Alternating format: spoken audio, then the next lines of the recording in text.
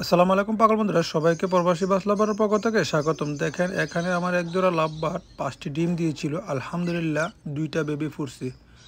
দেখেন এটা আমার টিম করা পাখি ছিল, ফিমেল পাখিটা, মেল পাখিটা না, ফিমেল পাখিটা। এটা আমার টিম করা আগে আমাদের হাতে আসতো। এখন দেখেন এটা বেবি দেওয়ার পরে এটা তো আমাদের ভাই রে ভাই, দেখেন একটা বাচ্চা ডিম থেকে একটু বের হয়ে আসে। দেখেন আমি এখন কি করব, এই ডিম থেকে একটু বের হয়ে আসে, এই ডিমটা থেকে বেবিটা বের করে দিব আমি। আলহামদুলিল্লাহ ককাটেলেরগুলো বের করে দিয়েছি, আলহামদুলিল্লাহ আমার প্রতিটা বেবি সুস্থ আছে।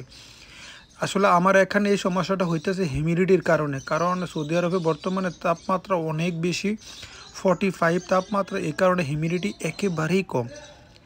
তাই আমি এখন ইনশাল্লাহ এই ডিম থেকে বেবিটা বের করে দিব। তবে এটাকে কিভাবে আনবো, দেখেন পাখি দুইটা, মানে পাখিটা টিম করা ছিল, অথচ এটা এখন এমন কামড় দেয় বলার বাহিরে।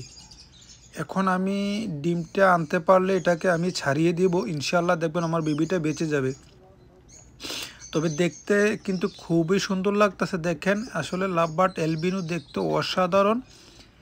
দেখেন যদি আপনাদের কোনো ককাটাল পাখি, লাভবার্ড পাখি এরকম অবস্থা দেখেন, তাহলে ডিম থেকে বেবিটা এভাবে বের করে দিতে পারেন। আর যদি হিউমিডিটির তাপমাত্রা ঠিক থাকে তাহলে তো সমস্যা নয়, অটোমেটিক বের হয়ে যায়।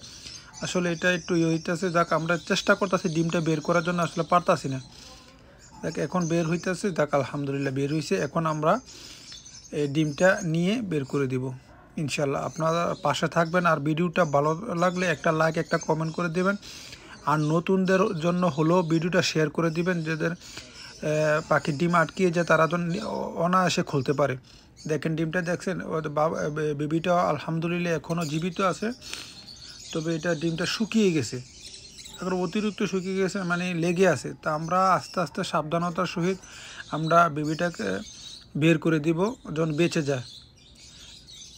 দেখেন আলহামদুলিল্লাহ আমরা আস্তে আস্তে বেবিটাকে বের করার চেষ্টা করতেছি।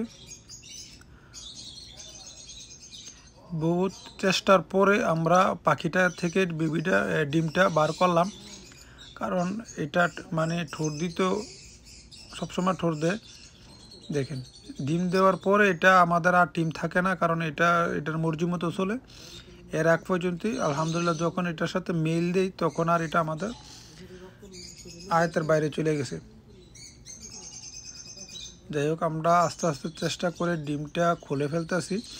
আলহামদুলিল্লাহ যদি আপনাদের এরকম হয় তাহলে আস্তে আস্তে খুলে ফেলবেন ইনশাল্লাহ, ডরার কিছুই নেই ভাই। ইনশাল্লাহ যদি আপনি খুলে ফেলেন তাহলে বেবিটা বেঁচে যায়। আমার আলহামদুলিল্লাহ ককাটেলে 2টা বেবি বেঁচে গেছে। দেখেন আর অল্প কদ্দূর, ইনশাল্লাহ আমরা এভাবে খুলে ফেলবো। এই তো হয়ে গেল আলহামদুলিল্লাহ। একটা টিস্যু পেপারের মতো আছে, দেখেন আলহামদুলিল্লাহ। দেখেন তো ভিডিওটি ভালো লাগলে একটা লাইক একটা কমেন্ট করবেন।